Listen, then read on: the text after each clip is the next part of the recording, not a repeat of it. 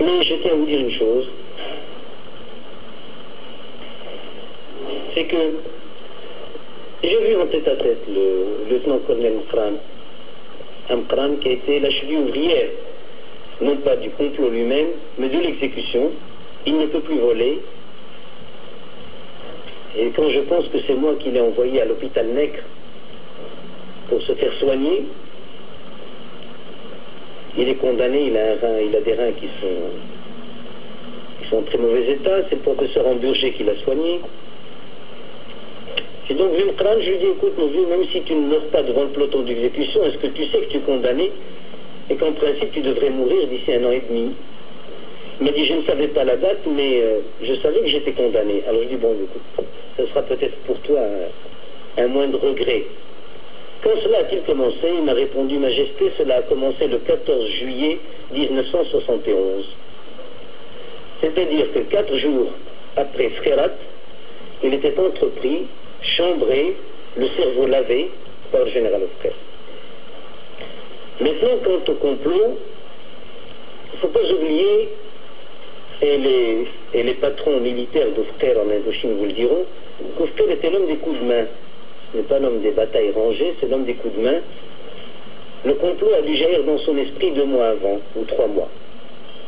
Et là, une petite anecdote qui sera très intéressante, et qui pourra peut-être encore une fois démontrer le fair-play du Maroc à l'égard de ceux qui veulent absolument être contre lui. C'était au moment de ma tournée dans le sud, et je me trouvais à Agadir, et Hofker me dit, tiens, il y a le président Kadhafi qui va se rendre à Nouakchott. Si seulement je pouvais savoir son plan de vol, qu'est-ce que vous penseriez si on lui envoyait un F-5, lui rentrer dedans en plein désert et revenir?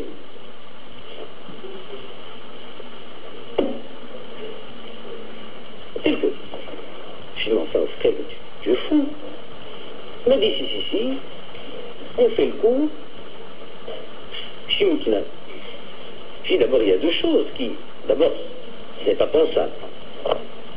La deuxième, supposons même que nous sachions son plan de vol, son niveau, sa route, et que nous l'atteignions, dis-toi bien qu'il y aura une enquête, on retrouvera des traces de balles, de roquettes, les F-5, il n'y en a pas dans la région, il n'y a que le Maroc qui dispose de F-5, alors tu t'imagines immédiatement le scandale international que cela ferait, piraterie en plein ciel contre un chef d'État.